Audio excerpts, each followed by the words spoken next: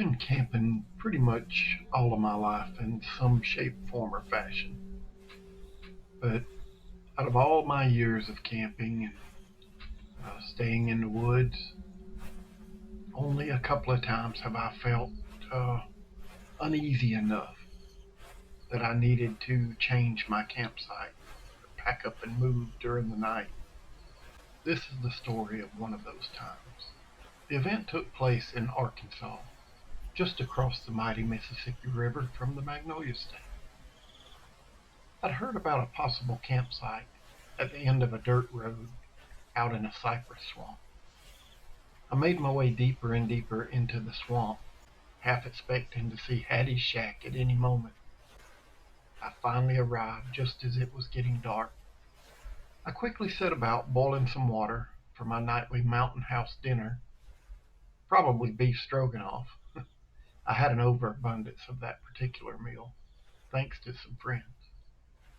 Anyway, I finished up my meal and started getting things ready for sleeping when across the swamp I heard something of a knock or maybe like a pinging sound. If you've ever been in a swamp at night, you know it's alive with sounds of frogs, crickets, otters splashing, lots of animal noises. So a knock like that kind of stood out. Not in a scary way yet, but it just caught my attention. A few moments later, a second knock, but from a different location. This happened again a few minutes later. One knock to my left, followed by a second knock to my right. They actually seemed to be coming from the murky waters of the swamp beside me. This fell into a pattern. I got my flashlight out and edged a bit closer to the water. As usual, if you flash a light across a swamp at night, you'll be greeted with any number of tiny lights, also known as the reflective properties of the inhabitants' eyes. Yeah, things are starting to get creepy at this point, but not enough to make me want to leave camp. I go back up to the truck and I once again hear the knock. Only this time, I also hear what I can only describe as mumbling. Yes, it is answered by a knock and a mumble from another location. As this continued, the location of the sound seemed to be moving around.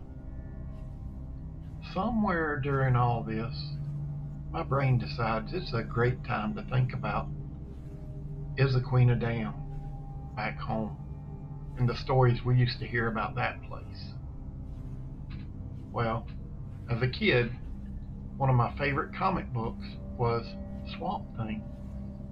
Suddenly, I'm cursing myself for ever even glancing at that pulp trash. Isolation, darkness, unknown sounds, these things can wreak havoc on the human mind.